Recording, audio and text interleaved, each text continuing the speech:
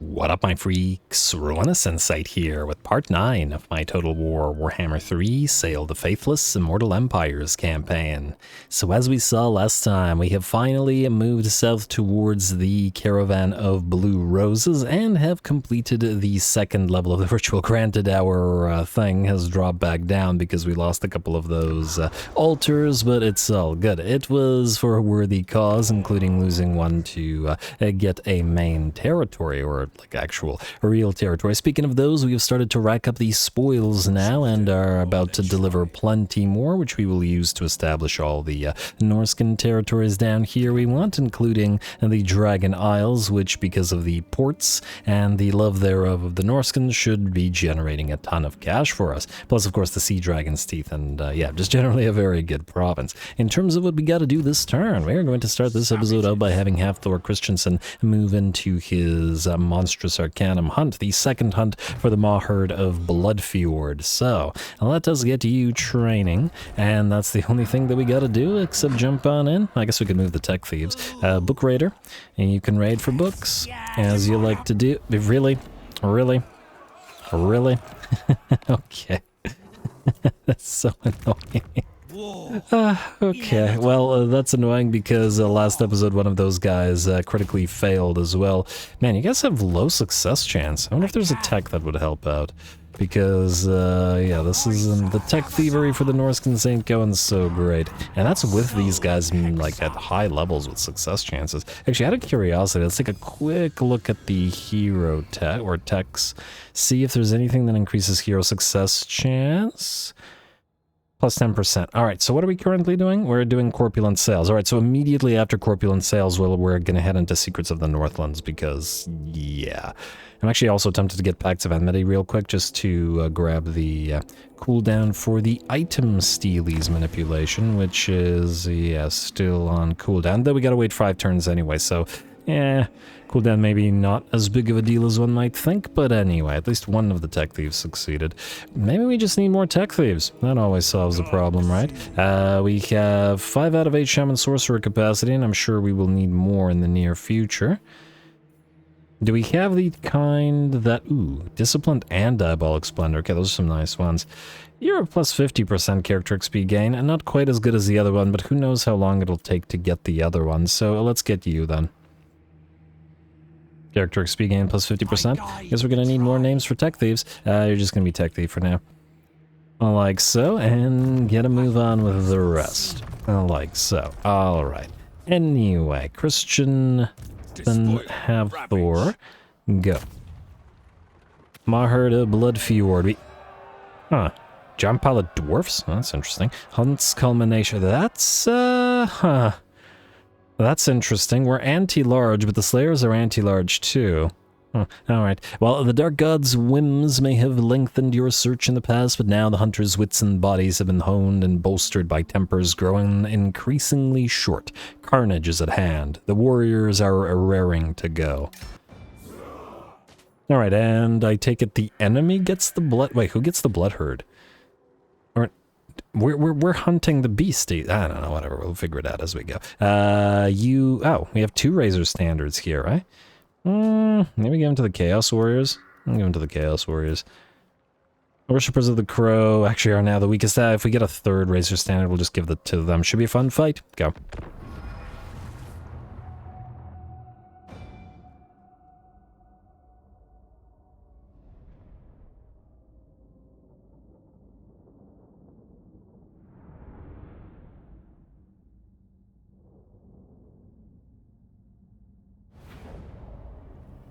The great MAWHERD of BLOODFJORD does not have the vast numbers it once did, my lord.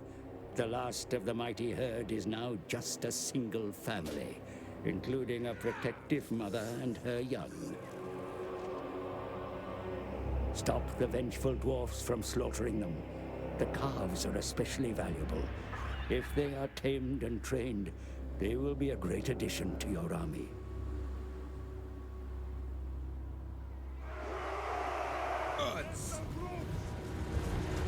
Alrighty, here we go. Though we are, we're an anti-large focused army, we are not going to be able to make use of it in this particular battle by the looks of it. We're here to save these adorable little mammoth-lings. Mammoth pups, mammoth... What's an elephant, what's a baby elephant called? What's the word for it? I imagine for mammoths it would be the same thing. I'm just gonna keep calling them mammoth-lings. Anyway, yeah, we're trying to save them here. Fortunately, it looks like the enemy units of bolt throwers are going to go for the feral mammoth instead. As I imagine we'd lose the battle if the Great MAWHERD was to fall. Now, we have to clear out those darn bolt throwers, and thus we're going to send both our Lord and our Skinwolf using their massive speed to get around the, well, fast for a dwarf, but still relatively slow, slayers and whatnot, and smash into the enemy artillery pieces. Can't control our allies, so the feral mammoth moves on in, and that means even though the enemy slayers are going to be extremely dangerous, we have to move to help the mammoth out. Here come our Fimir. These may be the anti-large great weapon variants, but that also means they have plenty of armor-piercing damage. Armor-piercing magical damage. I should say armor-piercing magical armor-sundering damage that they can deliver to those dwarf warriors and longbeards. The slayers are going to be a greater issue, however, with their anti-large and their high damage dealing. But it is what it is. Gotta do what we can to keep the mammoths alive. The MAWHERD of BLOODFJORD has similarly been joined by the followers of worshippers of the crow. I keep saying followers. And these marauders will also deliver their great axe blows and help us out by poisoning the slayers that they're fighting.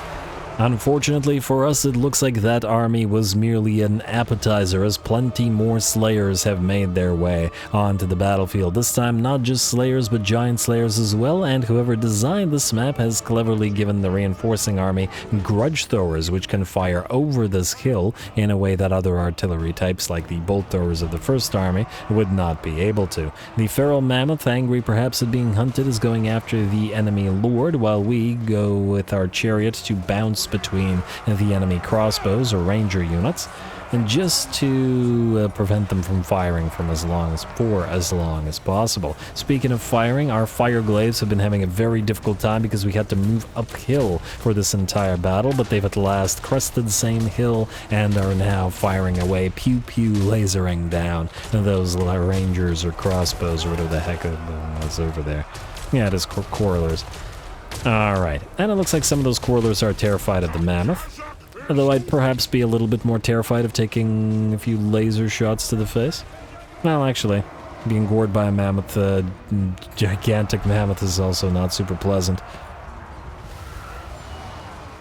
But frankly, you're probably, a mammoth this size, you're probably going to just get crushed instantly. Or the laser might, like, blow off your arm or something, I don't know. Anyway, this is a pleasant conversation. The bounce power shift to about 60% in our favor, but there is plenty more fight in the enemy with those reinforcing units. We're looking to knock out the remnants of the enemy slayers here.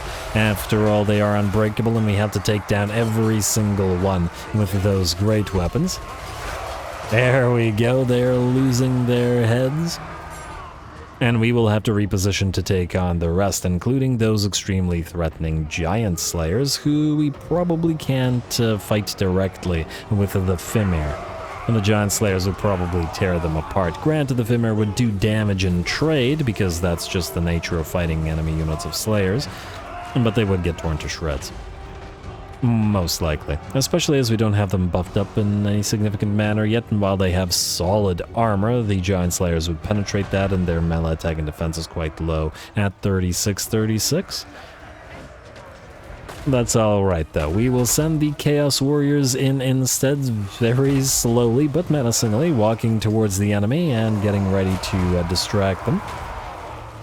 Our Lord is also still moving around with his chariot. He does unfortunately get trapped by those slayers and has to emergency pop his healing potion and get the heck out of there. Now, the idea was to just try to ride through the pile of slayers and then ride between the different range units to annoy them and prevent them from firing. Turned out to be a very dangerous move for Hathor. But all good. The same thing the Skinwolf is attempting to do, trying to damage those rangers, and then we're going to back off rather than get surrounded by the giant slayers. More and more slayers have arrived on the front lines, and the worshippers of the crow and our other melee units are now engaged with them. I'm going to try to help out as best we can with a little bit of splash damage from our Fimir Noble here. and whatever other units we can cobble together. Another unit of Slayers, which we unfortunately did not have a spare unit to take care of, is giving chase to a solo unit of Fimir warriors, so we're going to use the Fimir's speed at 50 to back off from the slower Slayers while we pincushion them with javelins. Unfortunately, it seems that just like dragons, units in this game don't understand how to lead targets very well. There you go, it's a little better. And hopefully they will be able to knock out those Slayers or damage them severely while they waste their time chasing the Fimir. Our Marauder Bearmen with great weapons are down to 20% of their HP,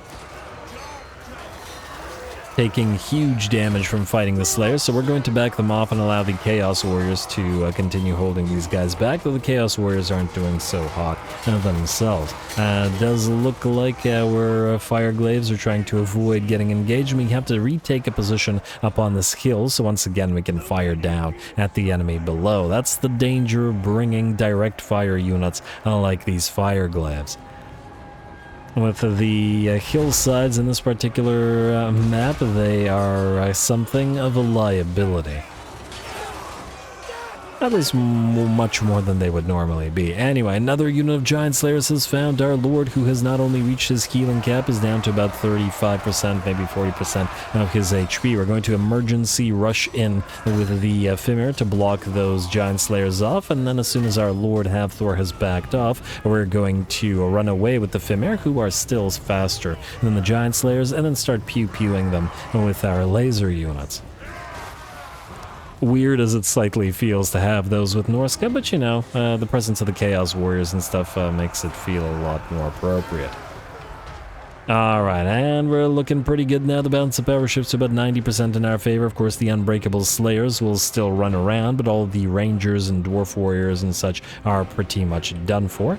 And those that are not yet done for will be soon, especially as we now finally have the advantageous position. Our Fire Glaives are all the way up on the hill. Our units of Javelins are up there as well to help out. And while the Giant Slayers threatening as the hair give chase to our units, they are too slow to catch them. And thus we can pincushion them or laser defy them with relative impunity.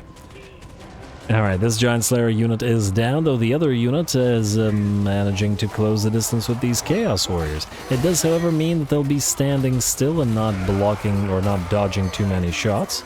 But those armor-piercing great weapons of theirs will certainly hack apart the armor of those Chaos Warriors. And if we're not careful, these guys are going to take a huge amount of damage. Wow, these guys were like 80% of their HP. They dropped down to 10% real quick. 36 kills on those Giant Slayers. Alright, we're going to move another unit to pin them in place, including some Fimir, and then the ranged attacks will continue. We'll probably damage a few of our own units this way, but we gotta take these guys down. And this, I believe, is the last enemy unit on field. Javelins and laser blasts come down on the enemy, and here comes the Mammoth, ready to deliver a few final blows to the final enemy left on the field. They were hunting these guys after all, so it makes sense for the Mammoths to be a little bit upset about it. There we go. With that, the Giant Slayers are destroyed and the battle is ours. Certainly, it was a close one, a Pyrrhic victory, in fact. But damn, was it a fun fight.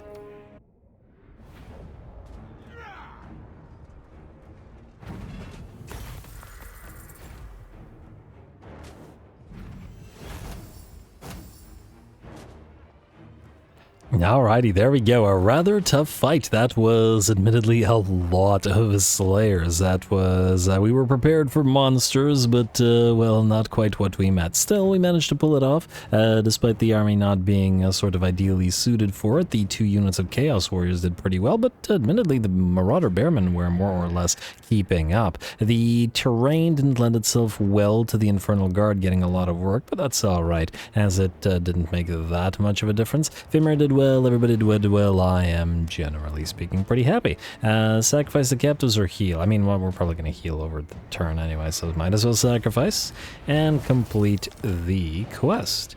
Havthor Christensen, War Mammoth. Oh, that's a good reward. Do you have a Mountain Scout? Ooh, oh right, the last of the Great MAWHERD. The banner for the MAWHERD of BLOODFJORD is nice. Glory of the Hunter. Regiment of Renown upkeep production is nice. Ward save for all characters is nice. Character experience gain plus turn is nice. There's some nice stuff in there. Anyway, go into max healing in our own territory. I like so. And it also gave us 300 spoils and 10,000 gold. And a beautiful. Alrighty, then. Now that that hunt has been completed. Yeah, quest successful. Leadership for all armies is also nice. I guess we... Oh, there's a cooldown for the hunts. I feel like the great hunts shouldn't share a cooldown with the regular hunts.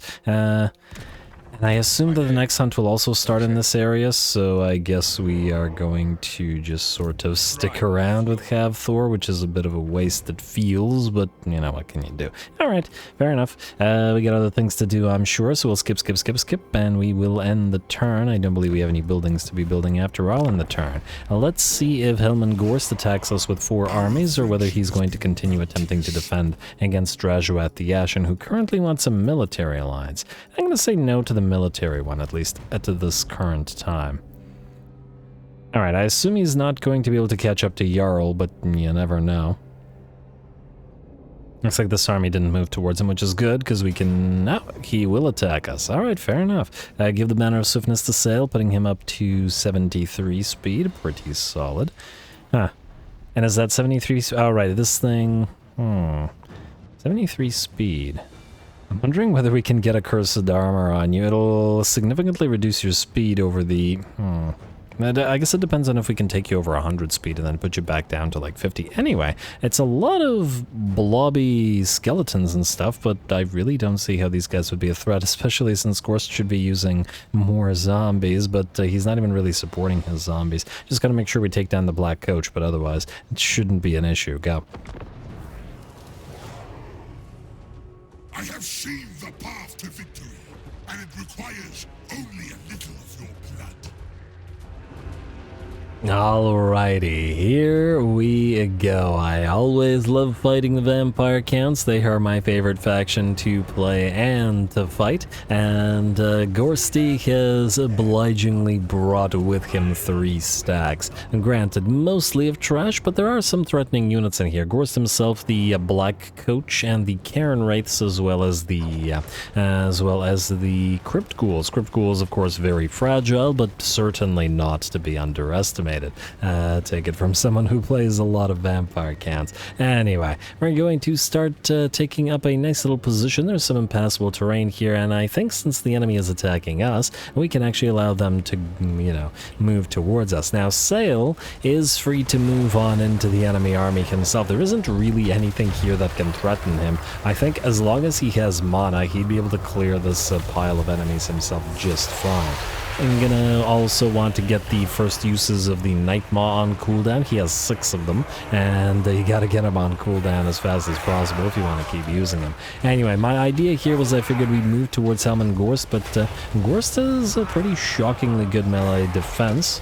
We're gonna have to bring him lower with that enfeebling foe upgraded, and admittedly Sayl has fairly low melee attack. Remember that while Sayl is technically a hybrid lord in the sense that he can fight, by virtue of his mount, the Mammoth, he isn't a hybrid lord like the kind that will have a yellow tree, a yellow skill tree that will give him, you know, bonus melee attack, melee defense, foe seeker, etc., etc. He doesn't have those, and thus he is very limited in his melee attack and defense. I do wonder if we can find him... Oh wait, we can't upgrade his attack any further, as far as I know, because he doesn't have any weapons. I mean, well, we can't replace his Verminous Staff with another weapon. As he is stuck with that. I'm just trying to think of if there's anything we can do about it. Maybe there's a banner that could give him Frenzy, which he does not have, which would be a +10 melee attack, which would be quite helpful. And then again, he's on a Mammoth, and the Mammoth is not going to be for... I mean, it's a big old infantry mincer, an anti-infantry thing, not for killing single entities. And against giant piles of infantry, the melee attack does not matter nearly as much as attempting to land a blow against a single lord, or a necromancer here. Corpse Cart with Unholy Lodestone has moved on and foolishly attempting to actually engage us, and I say foolishly because this Unholy Lodestone is absolutely critical to the enemy's capabilities here. Unfortunately, it's going to get crushed by the Etten rather quickly, and I do believe our Fimir Noble, as well as one of the other Etten, have found the enemy Strigoi Lord, who actually looks completely tiny by comparison to that big old Fimir Noble. And it'll look even tinier once it's pulpy bits on the ground. Pulped bits on the ground. There we go. Down goes the Strigoi. And we continue the fight. We've been sort of annoying the enemy army with Sayl, not really casting much in the way of spells there. Mostly because I wanted our bearmen to try to withstand the onslaught of piles and piles of undead. Finally, though, it's time for Sayl to move back to the army and start casting here and there. Of course, the Etten have been doing so as well with those Flocks of Doom, and I'd wager they'd probably do decent damage against the giant piles of enemies. The damage numbers, once again, won't be as inflated as they would be in SFO, but still pretty solid. Anyway, Penumbral Pendulum comes down through the line from Sayl, and we'll see about what other spells we can drop upon the enemy. I'm going to try to use Wind Blast such that it doesn't bounce off anything and doesn't hit our own units. And there's plenty of other spells where that came from as well. Another Flock of Doom comes down from the Etten.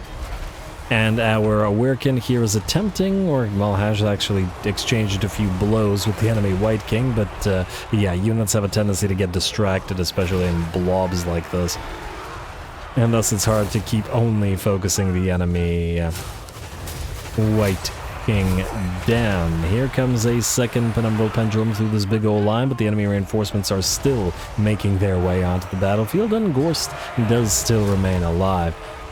That said, we're holding just fine, and I'd wager not taking all that much in the way of damage anywhere, even on the dangerous flanks, where we were able to close the distance with our Kurgan horsemen, dish out severe damage, then back off. I'm gonna do a little bit of cycle charging in that manner. Okay, we're gonna charge in the healthier units first, then loop the less healthy units around. Take advantage of all that charge bonus and the impact of our horsemen. There we go, very nice, very nice. Crush the enemies against the Etten and force them to stay there as we get around them with the other Kurgan horse and then hit them in the back. Another enemy lord has arrived, a level 8 vampire lord, but unfortunately for him he gets crushed very quickly here and is melting away while Gorst remains away from the main line. Alright, somebody bring the vampire down. He's reached his healing cap. He's got 200 HP. And somebody's axe has got to find the mark. There we go. With that, the Vampire Lord falls, and I believe Lord-wise only Gorst remains. Cairn Wrights have arrived, and I believe a bunch of Crypt Ghouls as well.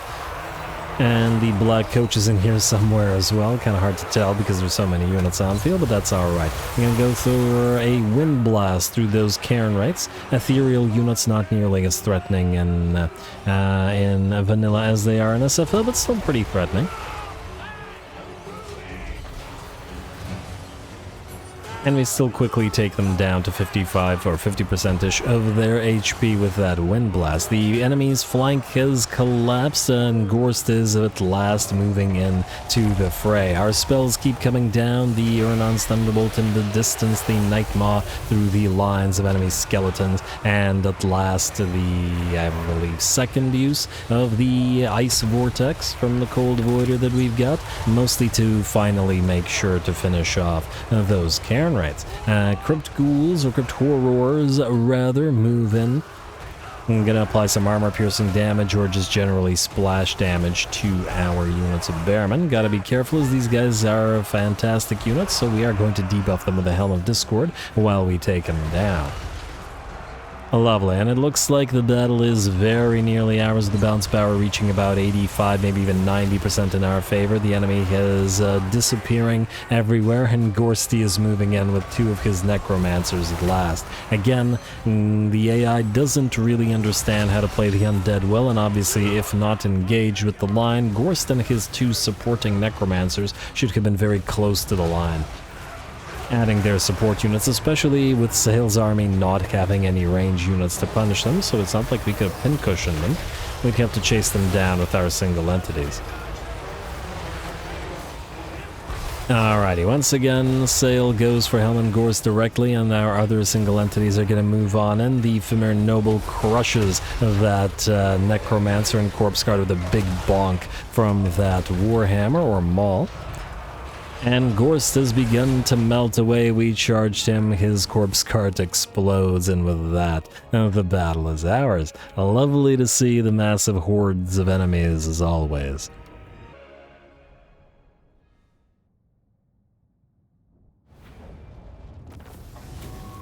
Alright, there we go. Now, that was a completely, utterly, absolutely, undoubtedly, unequivocally expected result, as the giant pile of trash was always going to be easy pickings for Sayl, and that with him not participating with the magics for a solid portion of that particular fight.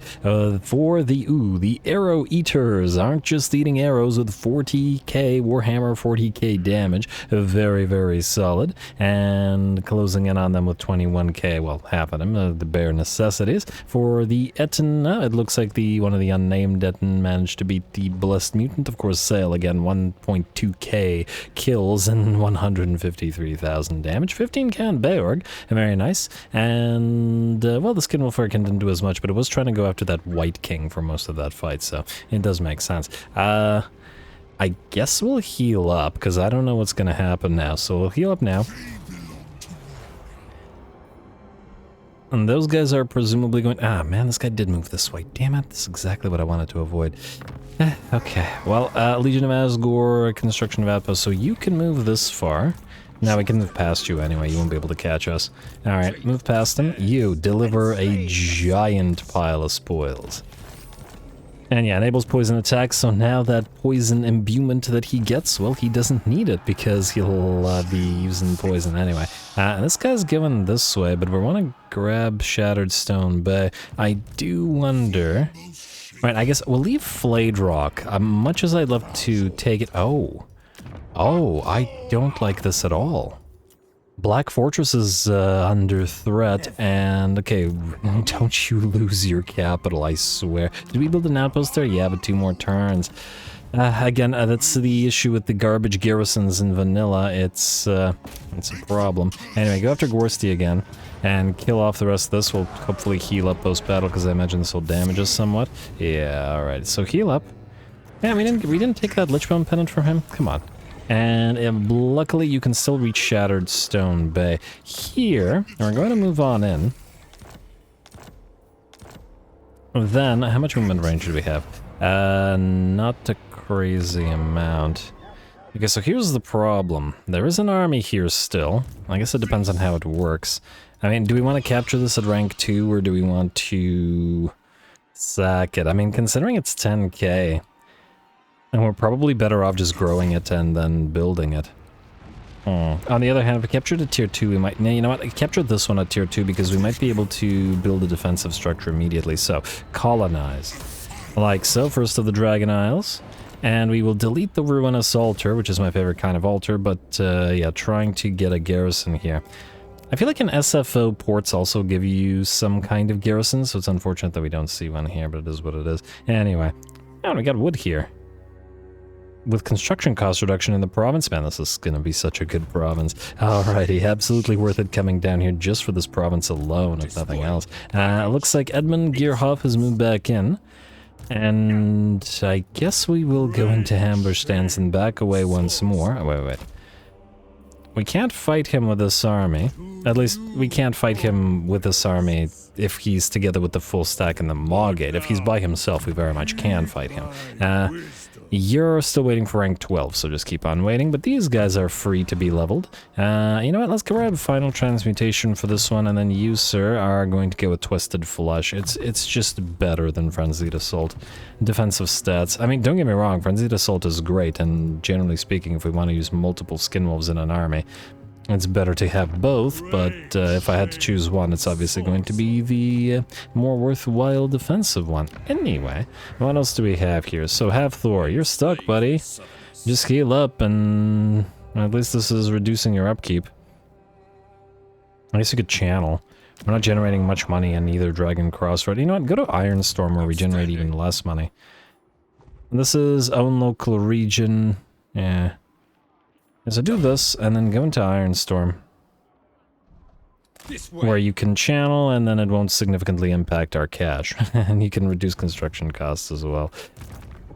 I wonder if we have a tech to reduce the cooldown on the hunts, because 4 turns does feel like a really long time. Though I'm hopeful that it's only the sort of 3 main hunts that have to be up here. And then the other hunts maybe don't, I hope. We shall see. Anyway, Tara, you're good. Let's move Reliable Dolgan Envoy to steal from Grimgor. And let's also steal from Grimgor with Tech Raider. Hopefully you don't fail. Go to Blackfang. Oh, wait. I also wanted to see... Aha! Yes, I remember taking a look at diplomacy between the episodes, and I saw this. Jarna Grund is willing to vassalize, and we're going to immediately do that before I forget.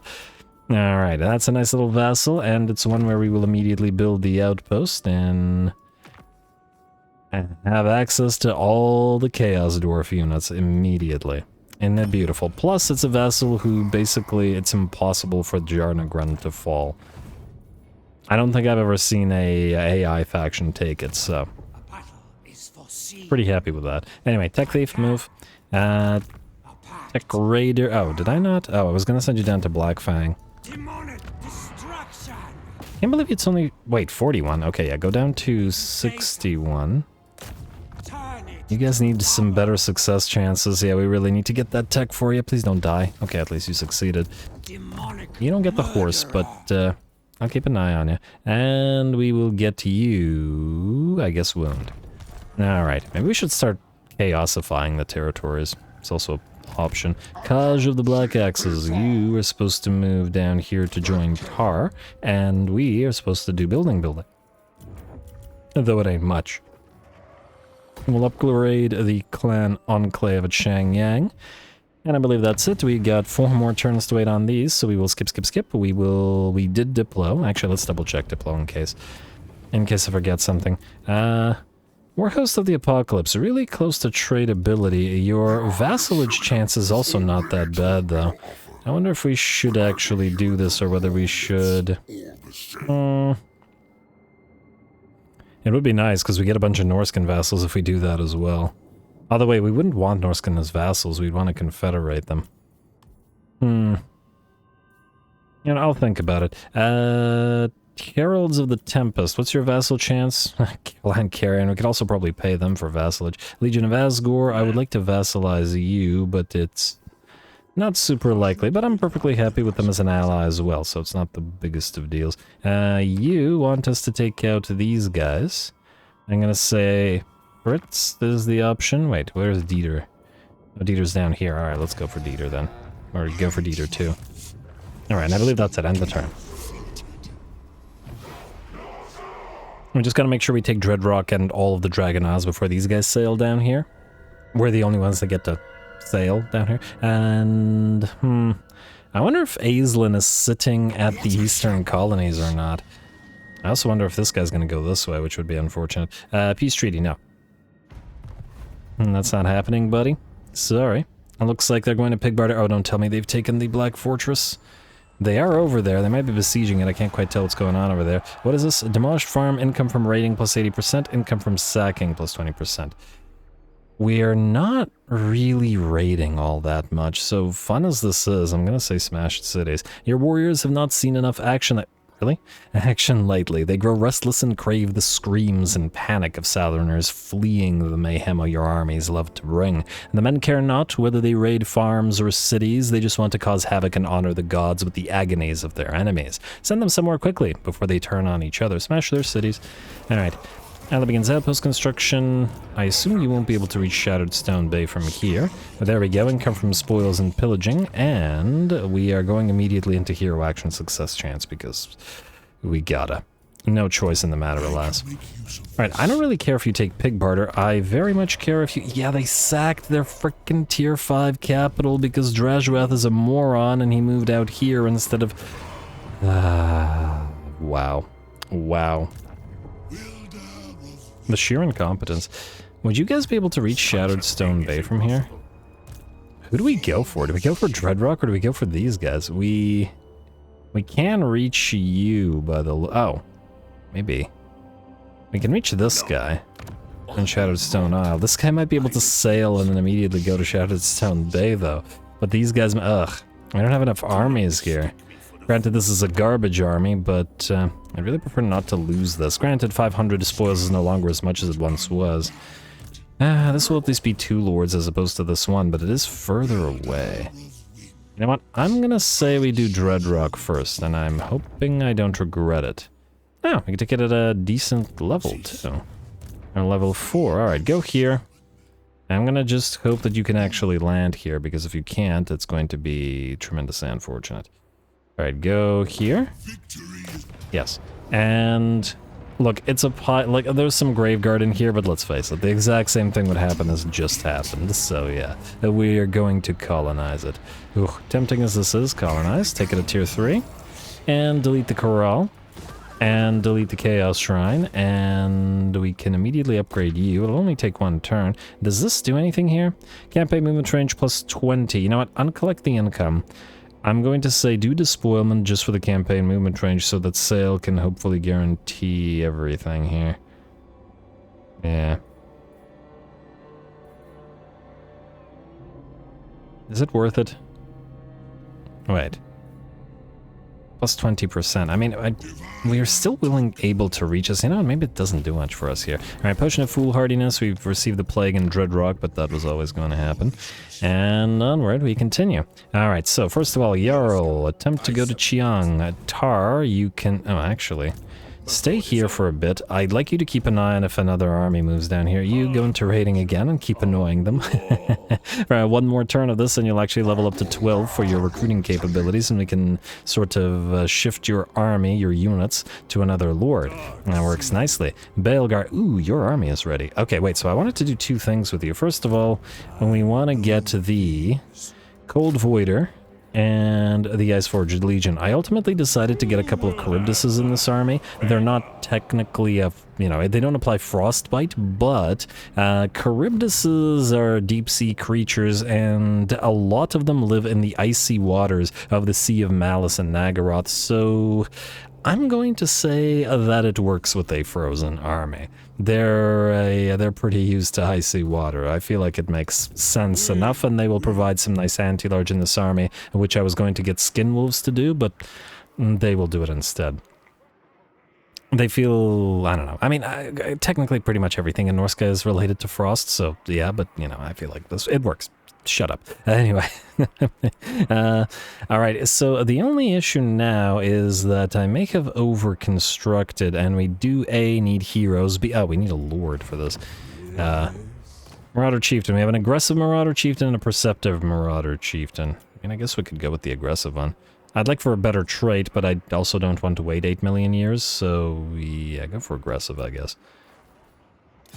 Alright, and then you will go for Dominating Presence, Root Marcher, and then start going through... Where's Ice Trolls?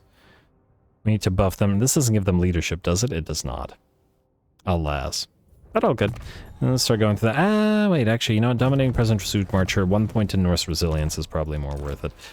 Alright, then you can transfer these guys next turn. The reason we have a Marauder in here is because one of the manipulations, as soon as this goes down, allows you to summon a Greater Demon in the target force by sacrificing a Marauder infantry unit, and it doesn't say anything about said Greater Demon disappearing after a time. There's no duration on this, so if this is a permanent thing, we should probably keep doing that in the same way that we're doing constant items to pick up some random Greater Demons to go into their themed armies. Yeah, anyway, have Thor. You're stuck, buddy. You're full mana. I guess we should... Oh, wow. 3.7k, that's iffy. I mean, it isn't really because, you know, we generate an insane amount of cash, but, just stay here. Until the next hunt, so you're stuck. Baelgar is stuck for 1 turn. I should have remembered to do the Lord next, last turn. What do we want in terms of heroes here? Now, Fimir Nobles do provide a nice buff. This is terrible. Fimir Nobles, a disciplined Fimir Noble would be ideal. Wow, we also need a mage, and I think for this particular army... Okay, wait. Is there any kind of... Wait a moment. I guess we go with Death. Why Death? Because of aspect of the Dread Knight. While I don't often use... Okay, wait, in vanilla, does the Overcast version make it into an area spell? Yes, it does. Okay, so yeah, +8 leadership. I don't really care about the cause terror. That's actually terrible in vanilla. I think it's +20 in SFO, but anyway. But yeah, I feel like out of all the options, it's either Shadows or Death for the Frost army. And I think Death is the way to go rather than Shadows, simply because Shadows we're going to put into the Fimir army because, you know, from the mists and all that. So yeah, we're going to go with Shaman Sorcerer of Death. I guess we're just going to... I mean, I would like to get one with Diabolic Splendor. That's what I'd really like. And Disciplined ones are nice too. I guess what we could do is we do have a lot of money. We could start just milling them. You know what? Get the Sanguine one and then mill him, and then we'll mill the second one and turn him into a Tech Thief. We're gonna get more capacity for them shortly anyway. So yeah, Knowledgeable, rename, Tech Thief. Like so, and then Specialist and Steel Tech. Alright, looks good to me. And then hopefully we'll get the one with a nice trait. I just mostly want the defensive capabilities for these guys. And then I might take out one of the Norsca Nice Trolls and replace it with... probably a Fimir Noble, or possibly a Skinwolf Werekin. Mostly just want something to help buff the main line, something with a big leadership aura there as well. I mean, I guess the Lord would have one, but, you know, somebody specialized for leadership aura. Anyway, Baelgar, Hilmerson, you're fine. Hathor, you're fine. Tar, you're fine. Jarl, alright, you're fine. Tech Raider. Alright, let's see what we got here. 42 now. Okay, I don't like that. What about here? 62. Alright, yeah, bounce between these two. And how do you feel about us now? Okay, yeah, Grimgor is starting to dislike us. Okay, there's a failure. But we need the Tech Thievery, at least for now. And then the next Tech Thief has to go on the way. 2 are wounded, and will probably be wounded for a bit. Alright, and oh! These guys have taken Blizzard? Okay, that's kind of annoying, actually. Oh, wow, and they've taken Ice Spewer. I didn't even realize they were at war. Okay, how are we supposed to vassalize you if you keep actually fighting? Come on, man. Minus 24. You won't do it for nothing, eh?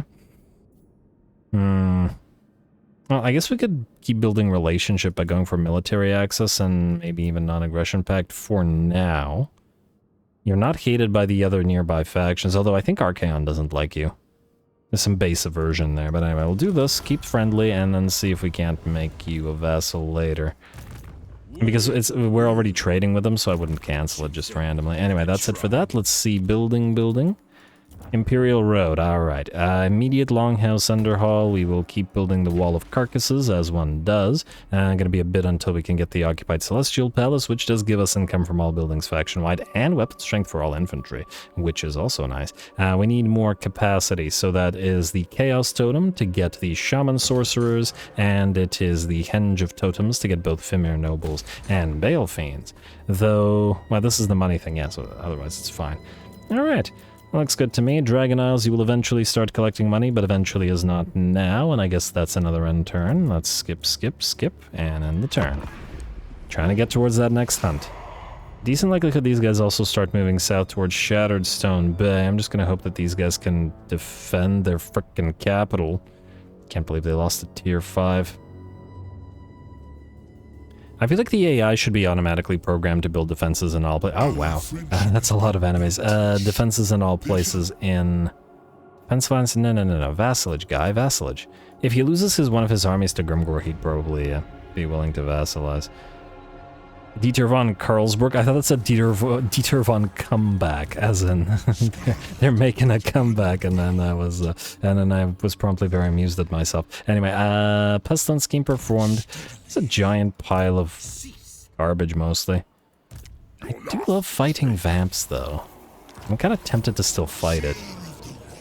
I mean, we could fight it quick. Anyway, let's see what else we've got this turn, and then we'll see. Always tempting. Anyway, you. Take everything except for the Marauder. Like so. And then, okay, wait, the Tech Thief is not for you. We'll just keep on milling through the Death Tech Thieves until we're good. And uncompromising, no, terrible. Melancholic, uncompromising, and then we don't care about the Bale Fiends at the current time. Stupid always makes me laugh, though. Anyway, you're going to Grimgor, or at least that was the original plan. As to where you're going now, I'm not 100% sure, but we'll see. Looks good to me. Oh, we should probably give you a mountain scout so that you can move further as well. We will get you. Do we have Strider on these chariots? We do not. Alright, let's get double Ranger standards so that they don't get slowed down. You can have the Drake Hunter's banner for now. I want to see if that can be given to the MAWHERD, and then we'll get you the mountain scout so that you can move faster. Alright, you will get back to recruiting in a little bit. And yeah, I want the next army to get some Dreadmaws. I've already seen the Chimera, although some more Chimeras would be nice. You know what? I'll just deliver you so that I don't have to look at you every turn. There you go. Over 10k spoils again. Yeah, it was really just about being patient with the spoils. It's not about generating spoils, it's about just getting them very quickly as soon as you're... Man, we need places to steal tech from. Everybody's disappearing. What was I saying? Something. Something about stuff. I guess we can steal from Krakadrin. It's probably going to be a long time until they die. Yeah. And, ooh, 2 armies moving down here with a lot of Graveguard. You know what? I'm going to back off again in case they both attempt to rush us. And then you're going to sit here. And, hey, you're rank 12, so practiced murderer. Let's go for persuasion tactics, which is what we wanted. And I guess we may as well go for eager for slaughter and offering of the gods. We may be doing some fighting. And then let's get another point in spirit leech, I think. Or should we get life leeching? I mean, both would be useful potentially for a fight. You would be reset anyway, and if we were to fight, so let's do that. Hard to hit for you, of course. You can grab... Okay, Gehenna's and Searing Doom are both maxed out. Let us grab... Overcast? Wait, do you have... Yeah, you don't really have enough mana to make good use of this. And I'd like to stay in channeling stance as well. Does Twisted Architecture do anything interesting for us? Cooldown and Winds of Magic cost for spells is nice. Nothing here is particularly crazy. Dangerous Practices is nice as well, but I feel like it's better on the Fimir than it is on the Shaman Sorcerers, because unless they have a barrier, this is going to hurt them quite a bit, and it's not like they have regeneration.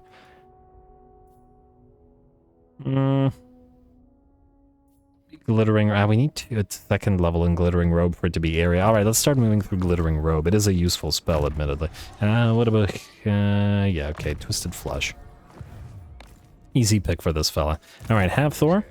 You're... Okay, one more turn. Frickin' hunts, man. What about... Oh, I guess you don't need to raid any... Well, actually, it's reducing the upkeep of your army, so you kind of do. Alright, Tar is fine, or was... just leave him alone. Alright, Sayl.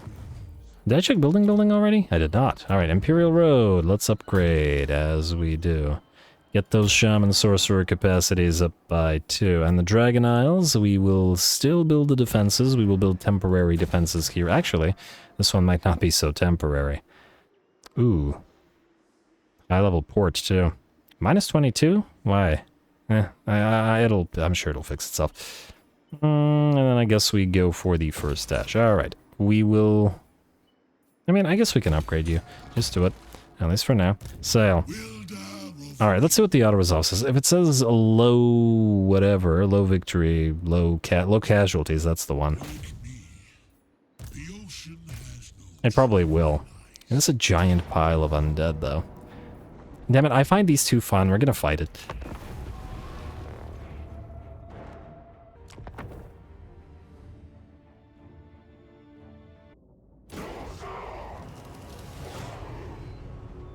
I have seen the path to victory, and it requires only a little of your blood. Alrighty, here we go. Nice for Sayl to be up to 78 speed and with Strider now, even with the fact that he doesn't have Vanguard deployment, but the rest of his army does, no longer matters because he moves so quick on that mammoth. He can not only reach the Vanguard deployed units, but even overtake them rather quickly. Now, should be a quick little fight against the massive piles of undead once again, and I am perfectly happy to enjoy it. I do wish it wasn't one of these dark maps again. I was hoping that we'd be decorrupting the area by now, but all good. Not the biggest of deals. And again, similar to fighting the Skaven, I suppose, in the early to mid-game, the problem or the reason why the Caravan of Blue Roses got so strong is probably the fact that they have a million armies running around. Now, most of them are filled with trash, and I'm actually surprised that they can remotely afford this many armies, even filled with trash, as they are. Mostly because this is vanilla, and thus the vampire counts, like all factions, or most factions, still have to deal with their supply lines, so the cost of the enemy armies would be insane if it was the player, and obviously not possible if it was the player, just due to supply line debuffs alone. But of course, since this is the AI and their units cost just a fraction of what the players do, they can get this massive pile of undead running around, raising dead, etc, etc. Ooh, I like that multi-stomping animation that the Etten does. Does the Etten ever use the little arm up there? Is there any animation that it uses that one for, or does it only stomp and hit him with the big arm? This arm also has the sort of cursed energy sort of around it. Maybe when he casts, you gotta pay attention to these guys. Anyway, the first enemy army is pretty much destroyed, especially now that Sayl is laying into them with Nightmaw and with Spell alike. And interestingly, where the enemy has begun to fall, it's almost like the sky has begun to clear and the map has turned a little brighter. And just like when we fought Gorst himself, a unit of Karen Wraiths is moving towards us, and we're gonna have to bring him down. Fortunately, the magical damage dealing Etten and Sayl. Well, I guess Sayl gives his entire army magical damage, so yeah, Karen Wraiths are not the biggest threat here. While Sayl himself will head towards the new arrivals, a big old pile of skeletons of various kinds. We've got mass, we've got speed, and we certainly have spells, as Sayl is an absolute menace to this pile of enemies. There we go. That had to have been a lot of damage, and Sayl's up to 500 kills and 67,000 damage, and rising. Again, he is an infantry mincer, so perhaps he could ignore the enemy lord, or should ignore the enemy lord, but we can probably land a few hits as well if we should so desire. You know, that Strigoi looked like a Skinwolf werekin to me for a second, and I got confused as to why we're attacking a werekin. Especially since we're not doing that much fighting of other Norscan factions at this time. But if we head through the Mountains of Morn, through the Darklands, and cross the Northern World's Edge Mountains to Norsca, we may bonk Mr. Throg or Wulfric and confederate them. Anyway, the battle is very much in our favor now. The bounce bar at about 95% in our favor. The Bearmen and the Etten alike are coming down that mountain. Sayl is continuing to drop spells upon the enemy, and I believe the enemy lord has at this point fallen, as it has been defeated, or will be shortly defeated, by Beorg and Balor. There we go. Beorg and Balor make a fantastic, hard-hitting team, 800 and 900 weapon strength to the two of them. And frankly, once again, our army is great. Lovely. Now look at all those piles of skeletons on the field. They won't be rising again, at least not here.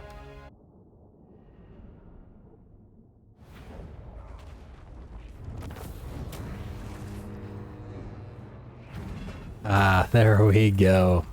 Vampires. So freaking satisfying. Playing them, playing against them, it's all good. Anyway, I guess we'll heal up because the money reward is negative. Sayl got 658 kills this time around because we let the first army get taken out by our own army, rather than having Sayl do all the work. For the Marauder Bearmen, it is the De Bears with 213 kills and 13,000 damage. And let's see. Actually, about roughly even damage on most of the Kurgan horsemen, with one of them taking 12k. Lovely. Of course, nobody matches Sayl, but that was never going to happen. And the slave captives, please. Wait, don't we have a tech that... Oh, yeah, see, this guy being here is annoying because we want to still go back to this place in order to take out this guy or prevent him from taking a new territory. But anyway, I assume you're going to back off, right? 99% likely. Would we still be able to chase you down? Alright, what I wanted to see was do we have a tech that would allow us to recover movement after winning a battle? Because if we do, it would be a pretty critical tech to have, and I would be stupid not to have looked for it earlier. But it is what it is. Alright, Rally the Tribes also gives us upkeep reduction faction-wide, which would be nice. Yeah, this is all mostly just buffs for our units, which again is nice, but isn't critical or anything like that. Ooh, more capacities. I do like that. Fire resistance 50% for ice trolls. That's quite interesting. Huh. If we wanted to, we could then make an ice and fire army, wouldn't we? Because they have a base of 25% fire resistance. That's interesting. Anyway, conquest, so maybe there might be something here. Oh wait, how are we for fighting vampire counts? 9? Hey, we nearly got this with the battle healing cap and hero capacity increase. And that's fantastic. Alright, well, let's see if we can't get that 10th, shall we? Mammoth Trainer, Power Stone, another Possessed. You can grab that, I think. Ancillary is Possessed. Like so. A little bit more research rate since the tech thieves keep freaking failing me. Not a resolve, or wait, this guy's gonna run. Will you run far enough? Oh wow, you ran far. Maybe I should have just gone to ambush stance. Yeah, but the problem with that is... You took those guys out, right? I don't care, go for Flayed Rock, go into the mountains, just let us have the Dragon Isles. You know what? I'd rather not risk losing this place, so we're going to move towards Shattered Stone Bay, and we'll see what these armies do. There are a lot of them running around out here. And we purposely didn't involve our vassals in this. What the heck are you doing? Where were you going? I don't know what that guy's doing, but whatever it is, it's weird. Anyway, no manipulations for 2 more turns, no hunt for 1 more turn, no buildings to be buildified, and therefore we can skip, and end the turn. We're also basically out of time, but I do want to see if anything interesting happens. And yes, we will get back to building up those Chaos Altars soon, I'm sure. Yeah, I should have just gone into ambush stance straight after attacking the first army rather than attempting to chase down Sigvald. And... Really? Really? You're actually going... Okay, that shocks me. Look, they do have 4 Crypt Horrors, but let's face it. I think we've seen enough to know that they have nothing like a chance. This army would just get taken out by itself by Sayl, and then these guys, yeah, no. Auto-resolve. We'll suffer a little bit of attrition, but we'll counteract that with a little bit of healing, and we got 12k for our trouble. That army is destroyed. Okay, apparently a bunch of them survived, but, well, let's say they didn't survive for long, or at least I doubt it. New regional power, the Last Defenders. Ooh, okay, that's neat. They are actually within range of our staging ground of the Dragon Isles, so we very well could have somebody go down and fight them. We got the Chalice of Malfleur. Huh.